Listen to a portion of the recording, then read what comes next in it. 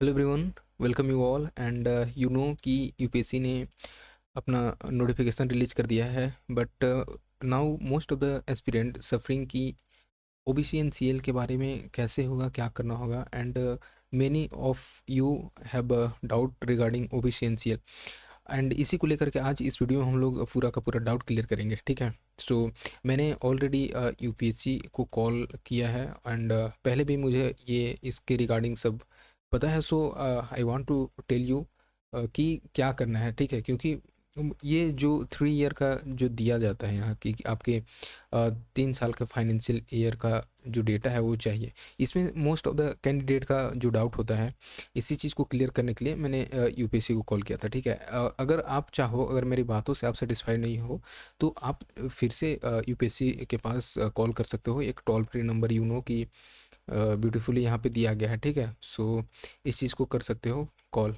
तो आपको पता होगा कि फॉर्म फिलिंग का डेट 2022 जैन से स्टार्ट होकर के 11 फेब तक है, ठीक है। So you should fill form under this given time period, ठीक है। सो देखो, मैं यहाँ पे ये चीज़ बताने वाला हूँ कि आपको करना क्या है। अगर आपको पता होगा कि आप अभी तक अगर सर्टिफिकेट नहीं बनाया हो एनसीएल का, ठीक है। सो इसमें आपको जो 11 डेट दिया गया है डेडलाइन, ठीक है, 11 फेब, इससे पहले आपका बन जाना चाहिए फॉर्म फिलिंग से पहले, ठीक है। और यहाँ पे डाउट होता है कि 3 ईयर का कैसे करना है, ठीक है। So if you are appearing in 2025, so you have to be clear about financial year, 3 financial year. It means कि आपके पास 2021 से 22 होना चाहिए, 22 से 23 का होना चाहिए, ठीक है। एंड 2023 से 2024 का होना चाहिए। और देखो, जब नोटिफिकेशन आप पढ़ोगे तो वहाँ पे ऑलरेडी क्लियरली मेंशन है कि जो अगर आपका फॉर्म 1/4/2024, ठीक है, इट मीन्स 1/4/2024 के बाद या इस दिन बना हुआ है तो आप एलिजिबल हैं, आप फिल कर सकते हैं इसके अकॉर्डिंग, ठीक है।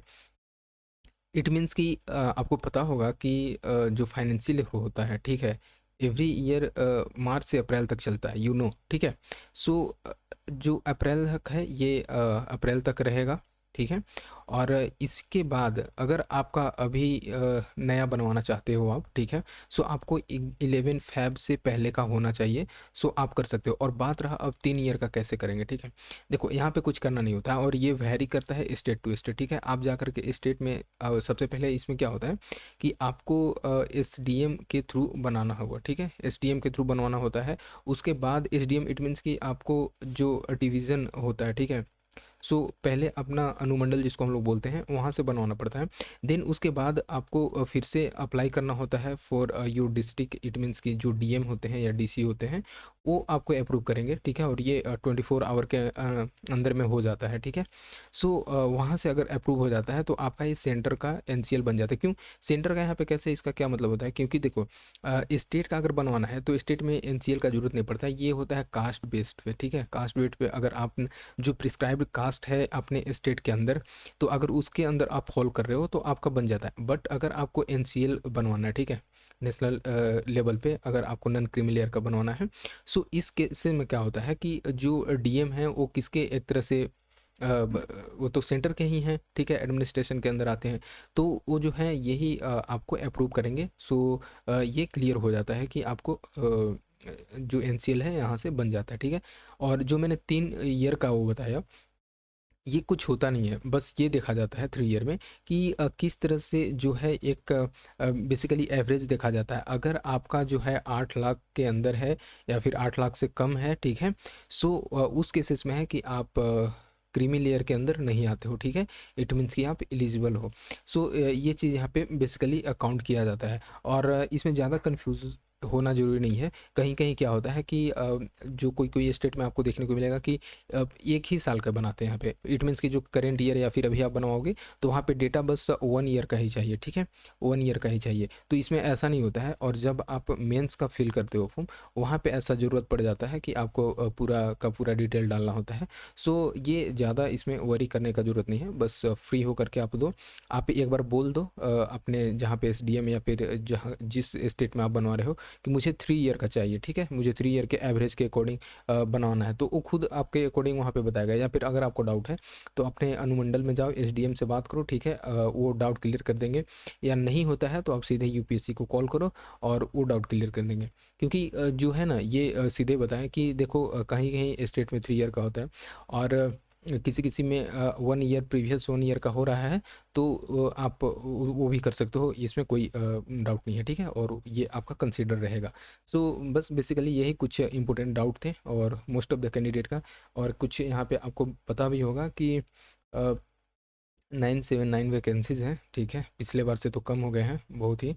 सो प्रीलिम्स के लिए वैसे ही इतना ज़्यादा एफर्ट डालना होगा। और मैं अभी देखो मैगज़ीन पीटी 365 कवर कर रहा हूँ, ठीक है। सो पीटी 365 में अगर हम लोग बात करते हैं तो इन्वायरमेंट का कवर कर चुके हैं, ठीक है। इट मीन्स आज एक और पार्ट 2 आ जाएगा और इसमें हम लोग पूरा का पूरा कवर कर लेंगे।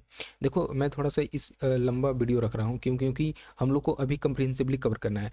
अगर आप इस चीज़ को अभी अभी एज अ रिवीजन देखने लगोगे तो अभी टाइम है, ठीक है, और इस केसेस में आपको डिटेल्ड वे में कवर नहीं हो पाएगा। इस कारण से अभी थोड़ा सा अगर टाइम दे रहे हो 2-3 घंटे अगर लग भी जा रहे हैं, 3-3.5 घंटे 4 घंटे, सो इट्स ओके, ठीक है, क्योंकि एक और वीडियो लाएंगे जिसमें कि हम लोग बहुत ही कम समय में, इट मीन्स 40 to 45 मिनट में पूरा का पूरा पीटी हम लोग कवर कर लेंगे, ठीक है।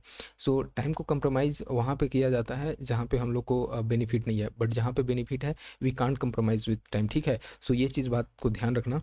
और if you are new you can do subscribe and associate your friends. और मिलते हैं ऐसे ही नेक्स्ट वीडियो में। और अगर डाउट होगा इसके बारे में तो कमेंट कर देना, मैं इस चीज़ को और क्लियर कर दूंगा, ठीक है। सो 3 ईयर पे मोस्ट ऑफ द कैंडिडेट को डाउट रहता है कि कैसे होता है, तो मैं इसको बहुत ही अच्छे से यहाँ पे डिटेल डिस्कस किया कि आपको ज़्यादा कुछ नहीं करना है। जैसे एक और चीज़ यहाँ पे बता दूँ कि फॉर्म फिल करते टाइम ना, फॉर्म फिल करते टाइम वहाँ पे कभी कभी देना होता है कि 3 ईयर का आपका क्या स्टेटस है, आपके इनकम का, आपके पेरेंट्स का इनकम का, ठीक है, क्या स्टेटस है, तो उस चीज़ को वहाँ पे पुट करना होता है।